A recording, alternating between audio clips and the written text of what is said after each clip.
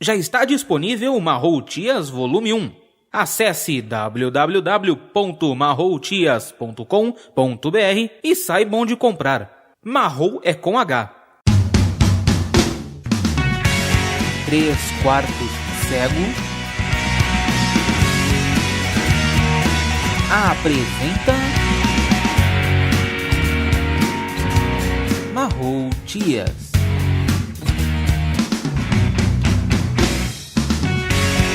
Escrito por Danilo Sanches Ferrari.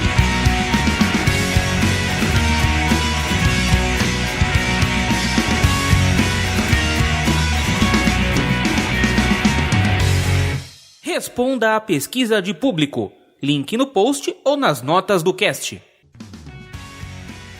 Pode dar certo? Jéssica aterrissou no teto da boate. Apesar da escuridão, era possível ver que o local era uma sujeira. Stephanie suspirou deprimida e a companheira questionou o porquê.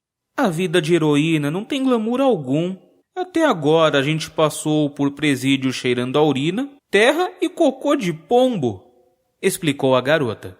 Cada um tem aquilo que merece, falou o Indy.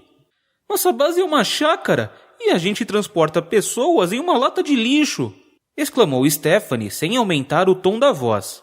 Fliperamas não são tão populares no Brasil, mas vamos parar de lenga-lenga. Me fala o que você sente dentro da construção.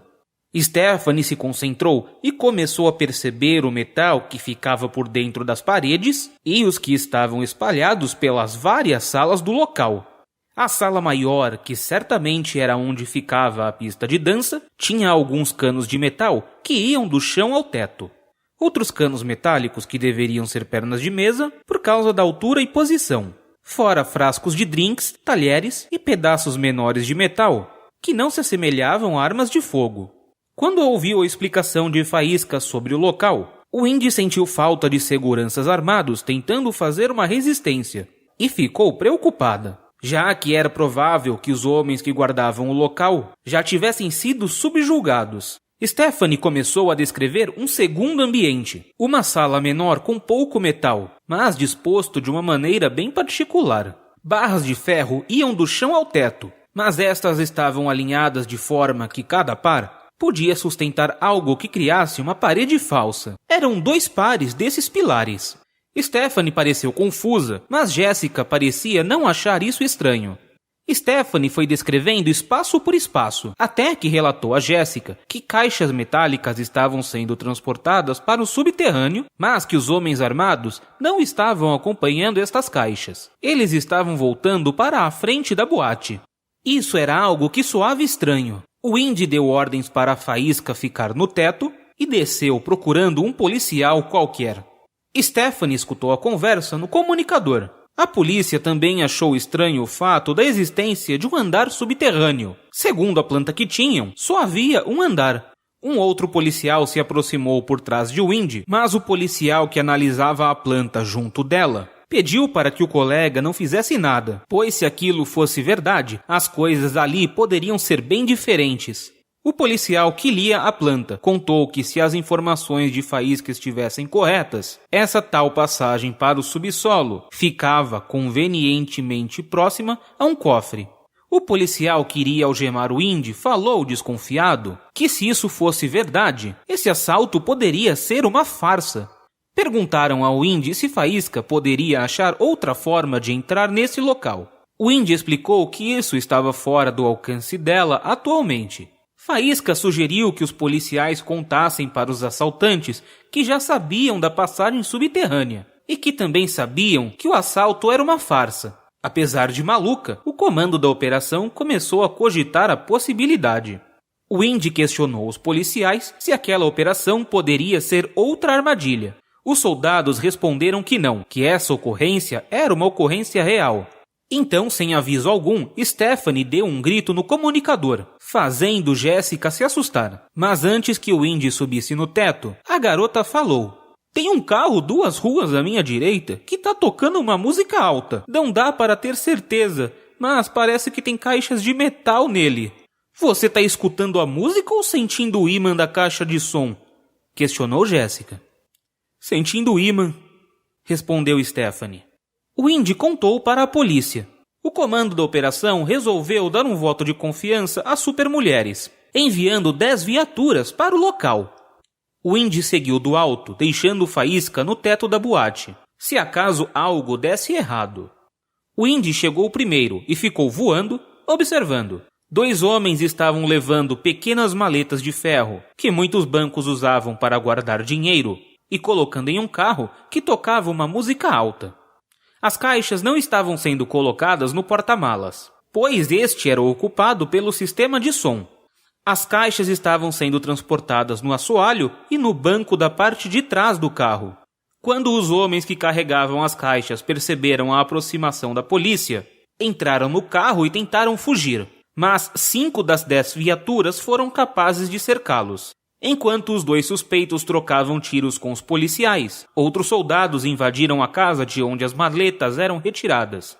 O Indy usou seu novo golpe, o lâmina de vento, e abriu o teto do carro dos suspeitos ao meio. Os homens se assustaram, se distraindo, e acabaram sendo baleados no braço, sendo presos em seguida. O Indy estourou uma das maletas que revelou estar cheia de dinheiro. Os policiais que invadiram a casa acabaram encontrando a passagem secreta que levava até a boate. Quando os homens armados perceberam que os policiais estavam entrando na boate pelo subsolo, tentaram fugir pela porta da frente, obrigando a multidão a lhes dar proteção. Stephanie, que percebeu o movimento, se colocou de pé na beirada do teto. Quando os homens armados passaram por debaixo dela, ela usou os poderes magnéticos para puxar as armas. Eram 5 homens armados. 2 que estavam com armas maiores acabaram sendo puxados para cima. Faísca não teve força para segurá-los, e eles acabaram caindo, sendo pisoteados pelas pessoas que corriam. Os outros 3 que tinham armas menores as deixaram escapar. As armas foram pegas por Faísca. Quando os reféns perceberam que seus captores haviam perdido as armas, eles convocaram as pessoas ao redor, que agarraram os assaltantes, começando a espancá-los. Os 5 foram levados para o Hospital Municipal de São Nunca, os pisoteados com ferimentos extremamente graves. Os que haviam sido espancados estavam com ferimentos mais leves. Vitório apareceu e deu os parabéns para o comandante da operação. Faísca e o Indy, que estavam no teto da boate, foram chamadas por ele, que as agradeceu pela ajuda e as cumprimentou, apertando suas mãos, fazendo tudo isso como se não as conhecesse.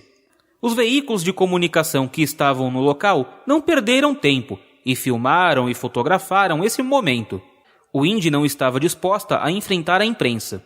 Ela agarrou Faísca e ambas saíram voando dali.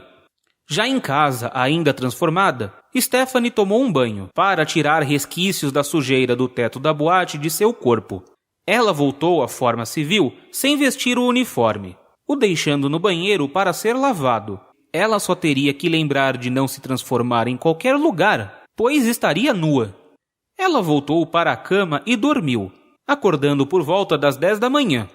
Quando ela desceu para comer algo antes do almoço, o pai pegou a primeira página do jornal e mostrou para ela. A manchete dizia: Supermulheres e polícia, pode dar certo?